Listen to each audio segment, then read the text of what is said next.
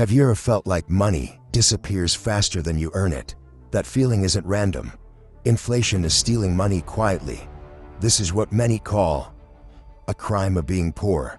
It's a hidden inflation tax most people never see. Why inflation hurts the poor and the working class first. It starts with something called the Cantillon effect, a system that rewards proximity to money creation and quietly transfers wealth through inflation. This is how the middle class collapses slowly. In this video, inflation is explained simply. You'll see how the system works against workers and why understanding this changes everything. Did you ever notice how no matter how hard you work, it never seems to be enough? You wake up early, you do everything right, you stay disciplined, you avoid luxuries, and yet the finish line keeps moving further away.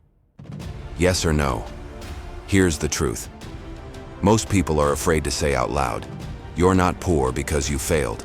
You're poor because the system needs you to be. Look at your life for a moment. Groceries cost more every week.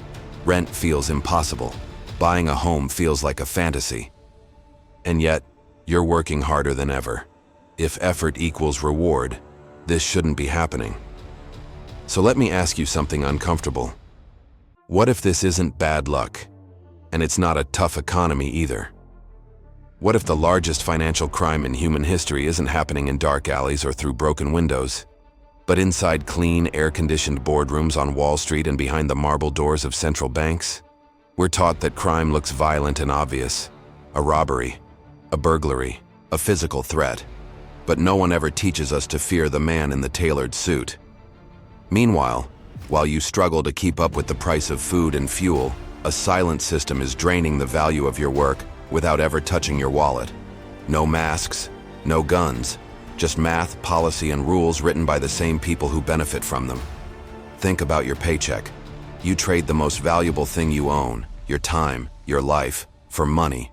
But before you even get a chance to use it, that money quietly loses power. Not because you spent it, but because it was designed to. This is a hidden tax no one voted for, yet everyone pays.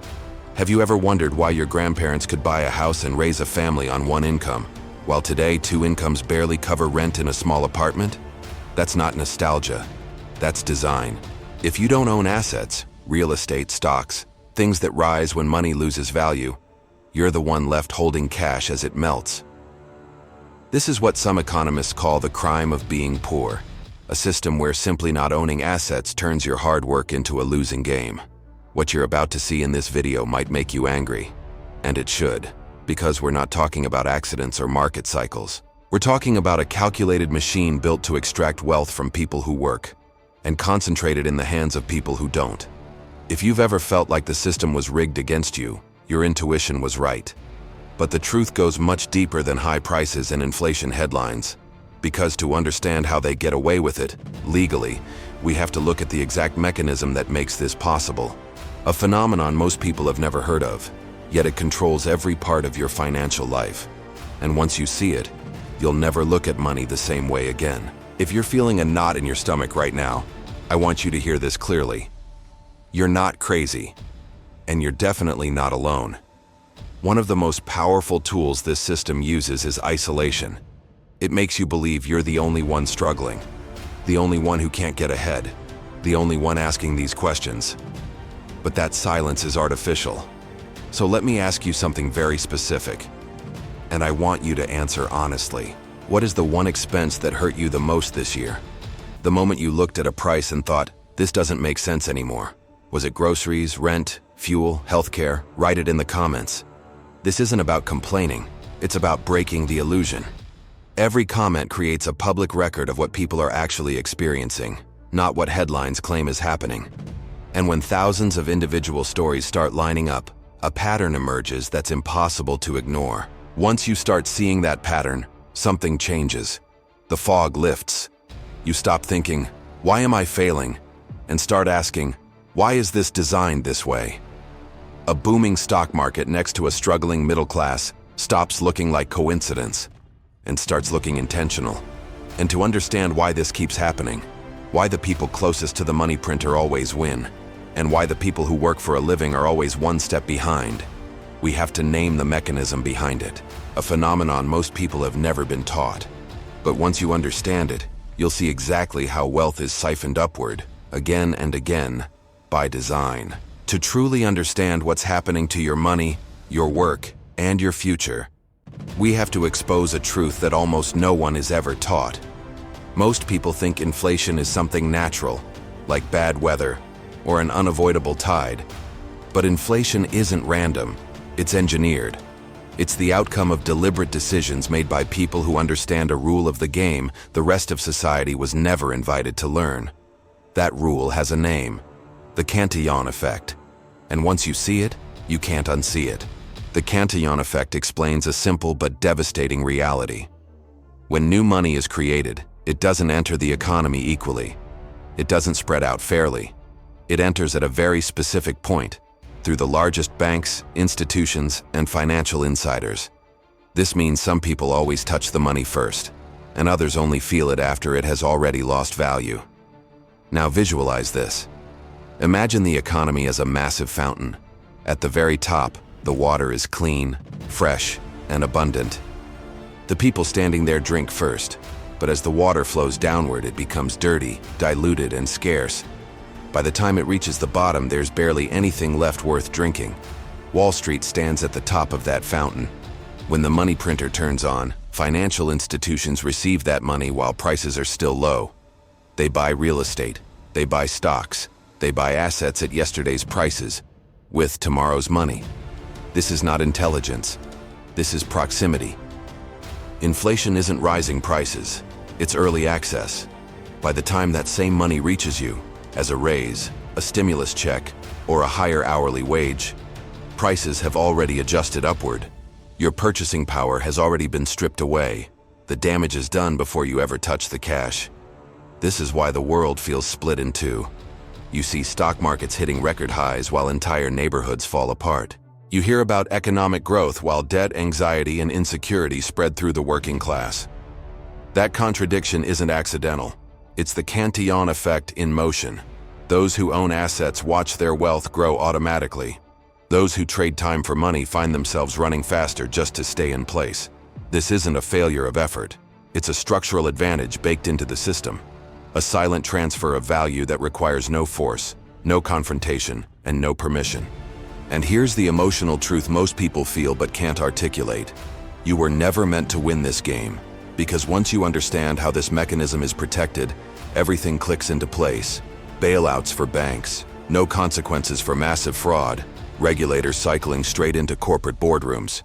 What looks like incompetence from the outside is actually precision from the inside. This isn't corruption sneaking into the system.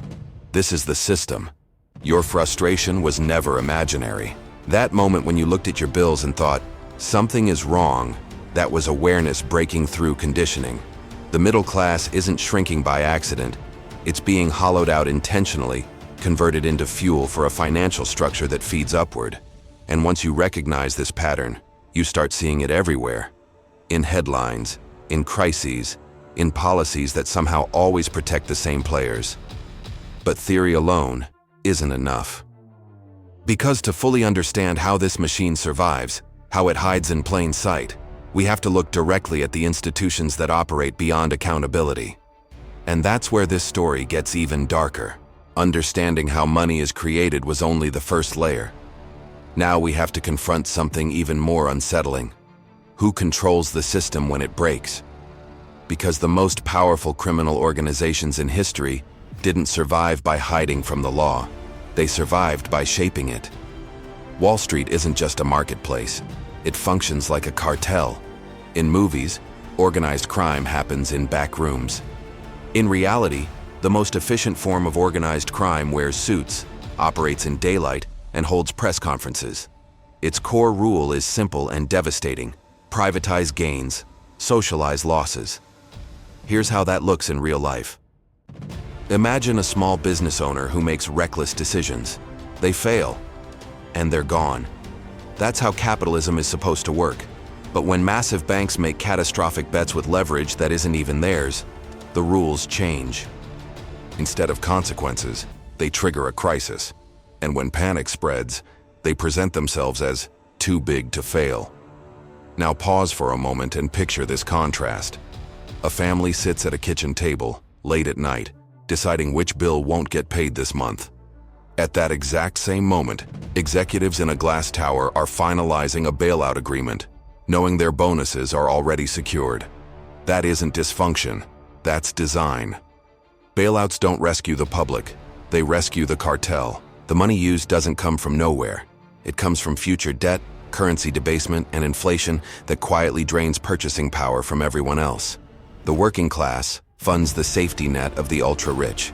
This is the white-collar crime loop. They inflate bubbles using early access to money. They extract massive profits on the way up. When the bubble bursts, they use the chaos to consolidate even more power.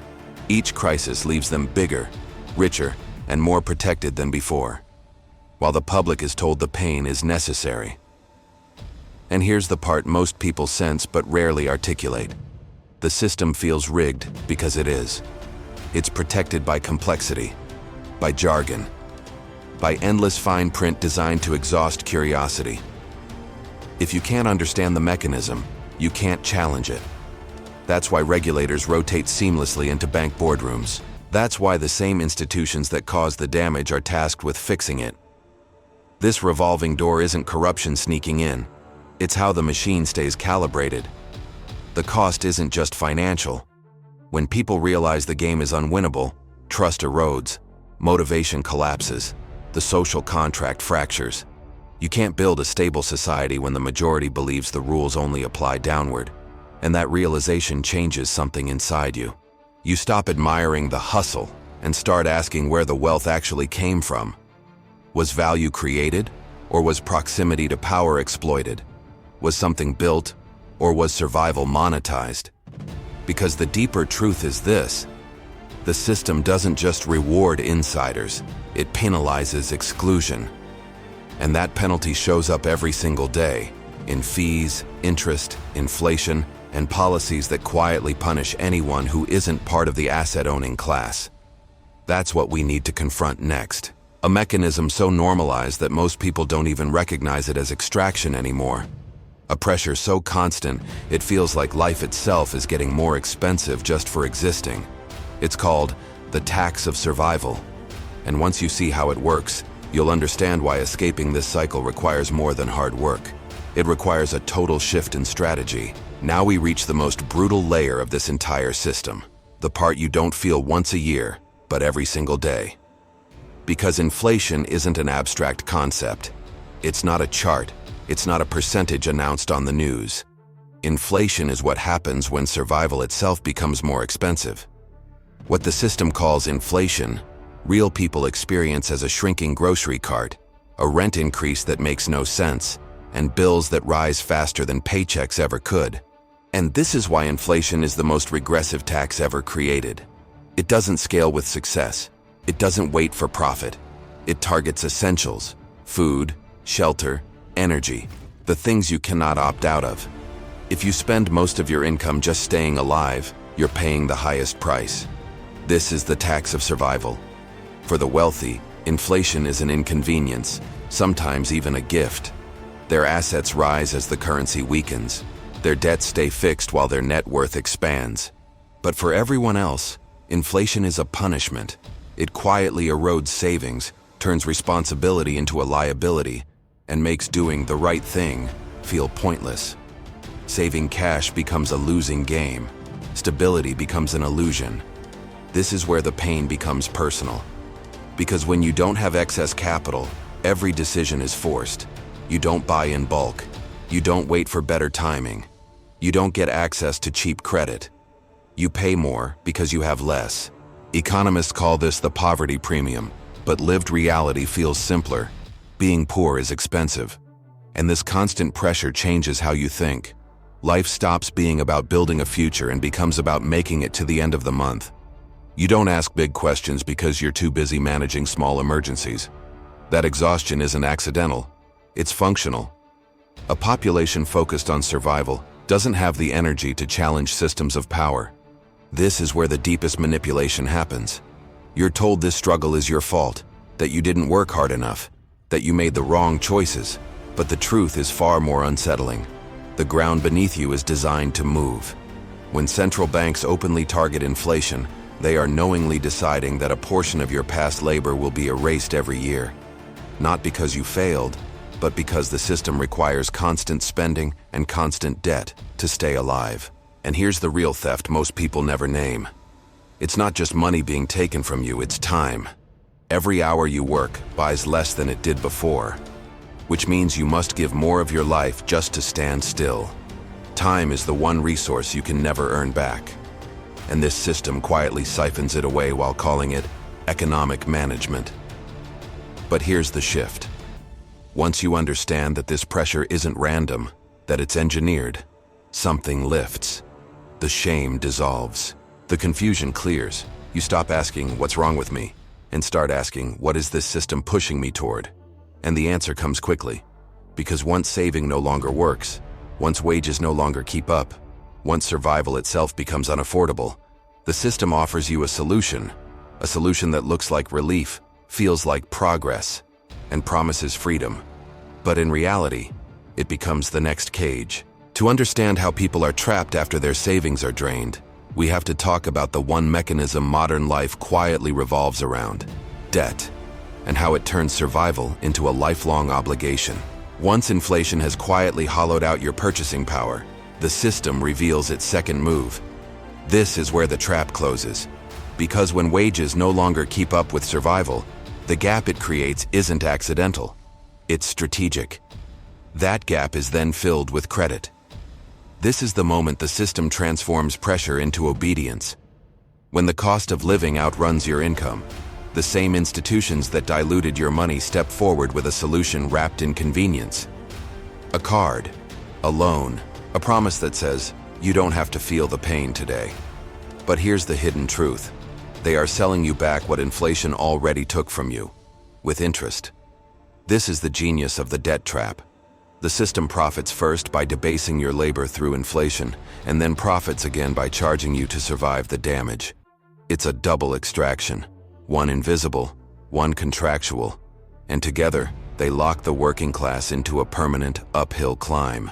Debt doesn't just affect your finances, it reshapes your behavior. When you owe money, your future becomes fragile. You stop taking risks. You tolerate jobs you hate. You stay quiet when something feels wrong, not because you lack courage, but because the margin for error disappears. One missed paycheck becomes a threat. One emergency becomes a collapse. That's not an accident. A heavily indebted population is easier to control. Anxiety replaces ambition. Stability replaces freedom. Debt becomes a psychological leash disguised as opportunity. This is why modern credit isn't designed to liberate you. It's designed to monetize your stress. And while you struggle to make minimum payments, understand this: your debt is someone else's asset. Every interest payment you make fuels a system that treats your survival as yield. What feels like relief to you is revenue to them. This is why debt is encouraged, normalized, and marketed as smart. Because the system no longer depends on production, it depends on obligation. Here's the part most people never hear. In the current monetary system, money itself is born as debt. Every dollar exists because someone owes it back, with interest. Which means the system doesn't want you debt-free. It can't afford that. Freedom breaks the model, so they make it easy to finance what loses value, and hard to own what creates independence. But here's the shift, and this matters. The moment you recognize debt not as a personal failure, but as a structural tool of extraction, something changes.